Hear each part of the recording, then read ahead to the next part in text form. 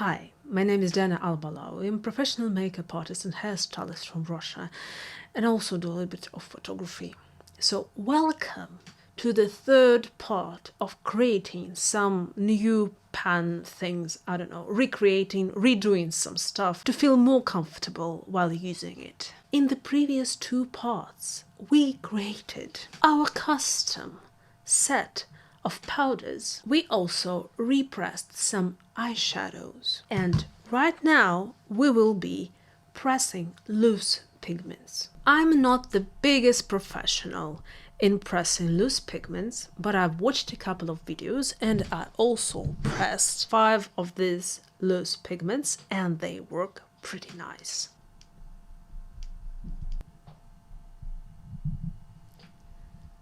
See? It's gorgeous. As I don't consider myself to be like a true professional in pressing loose pigments, I will leave the links on the videos in the description under this video. But I will still give you some very useful information today. I've been keeping my loose pigments in this type of like towers, I guess. Let's call them pot towers. And unfortunately, they all start to break. Yeah. It's tape that it's holding those pigments in place. And as I got all my Pat McGrath collection, I started to use loose pigments much less because of the special shades.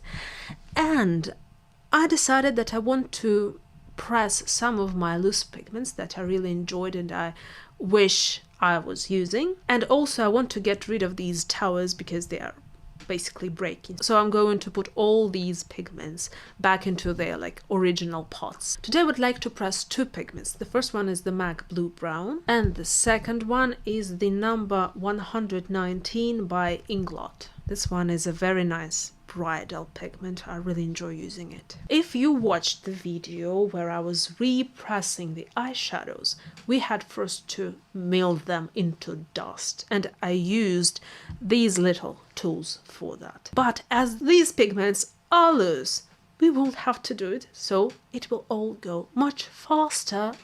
Hooray! But everything can't be so good, because this time we will need not only 95% alcohol, but we will also need some chemical thing, which is called isopropyl myristate. Isopropyl myristate or something. I don't know how it should be pronounced in the perfect English. I bought this bottle in Turkey.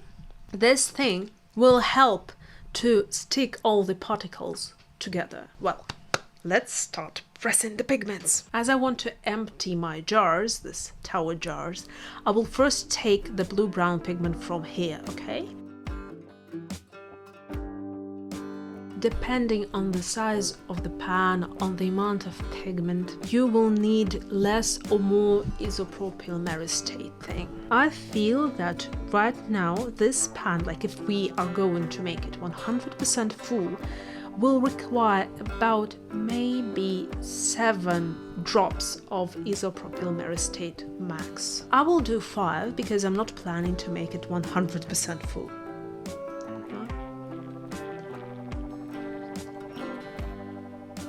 I will mix it just a tiny little bit. It is actually usually advised to mix after adding the alcohol, but I wanted to give the room to some more pigment. Now let's add the alcohol. I will add 5 drops to start. It was 6. I feel we can go 8.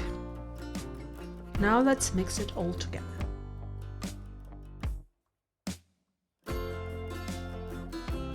I think we can add more alcohol because it's too dry. It should be kinda a little bit bouncy. Some people like to leave it to rest for some time. Others start to press immediately.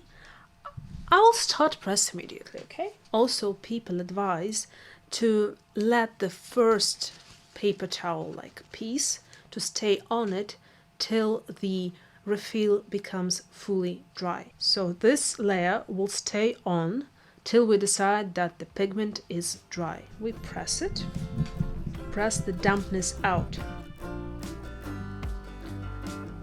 One more time. And another time. One last time. And now we will remove this layer. This way we lose less pigment. And now the thing I like to do is to press the edges.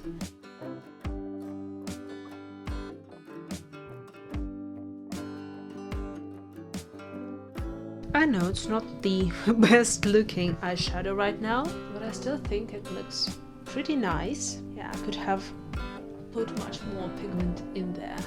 It's not full, definitely not full. We will leave it like that to dry. Now I will do absolutely the same thing with the Inglot pigment. First we'll transfer the pigment. So I filled this pan with the loose pigment up till the end, and I'm going to add my isopropyl myristate. I will add 6 drops. I added 1 extra drop because it just fell down actually. This pigment is a little bit different. It's more chunky than the MAC pigment, so I'm very curious what result we will get. Now it's time for the alcohol. I added 11 drops. We'll see is it enough or not. I think it's enough. If you feel that the pigment is pressed wrong, you can always repress it, add more isopropyl myristate. If it just didn't stick together, then maybe you added too little of isopropyl myristate. Then you may want to repress it just again, repeating the whole process. If you feel that it's too gooey, maybe you added too much of isopropyl myristate, and then you can again break it and just add more alcohol. The alcohol will evaporate this isopropyl myristate. So it's all reusable, and this is amazing. Also, sometimes when these pigments have different density inside them, some parts of the pigments are heavier, some are lighter, they may separate if you leave them unattended for way too long, and then you will also have to repress them again. It's pressing time. So this is our layer that we won't be removing. And now we will start the pressing process.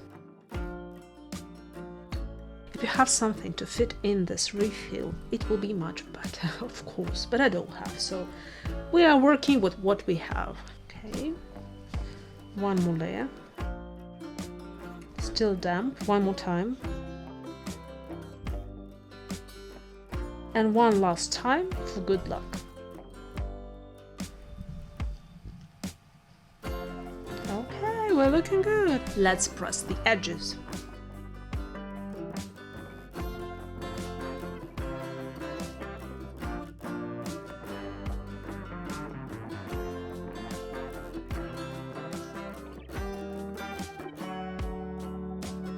That's it, it's done.